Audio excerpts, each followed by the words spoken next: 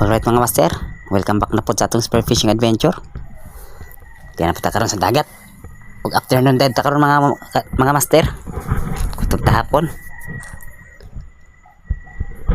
Try po dato ning bagong shot nato. Alright, diri mga master.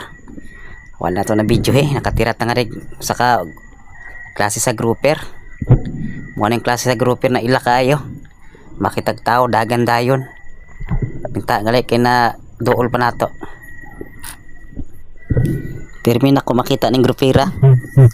Napanaan lang nato na dool nato kay bag-o ang suit nato. Wasya kaila.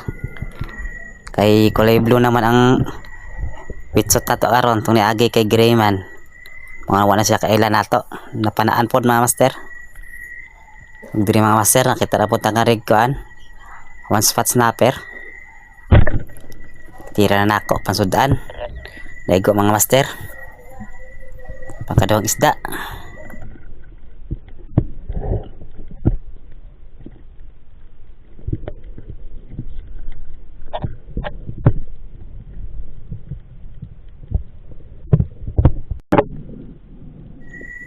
Kung diri master, nako gilipod diri na grouper. Insod sa bangag. Manang di ko spikas nag-agi.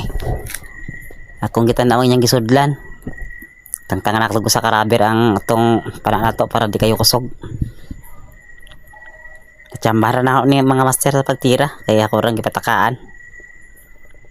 Kaya di makita sa ilang mga gitngit man. Bana lang nako na ang isda gitira na ako. Pero na chambahan naman pod. Dre mga master rong ikamang na duulan nako. Di yun makita ang isda sa unahan. Kaya naman niya sud sa bangag. Ana ako na lang gipatakaan gibana-bana lang nako. Tapos pagtira mga master na ego jud kay lubog magalit. Mga gidawon ako dayon. Pantog ka wa kasi na stone shot na dai mga master. May pagkaigo sa utok niya.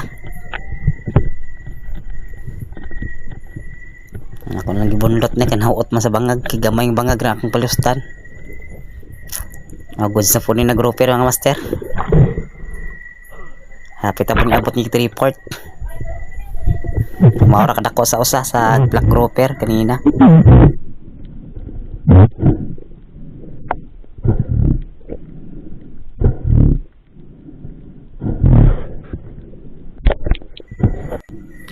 Og dirata na atong kuha mga master. Kumaning uli na ko dayon mga master kay hapon naman.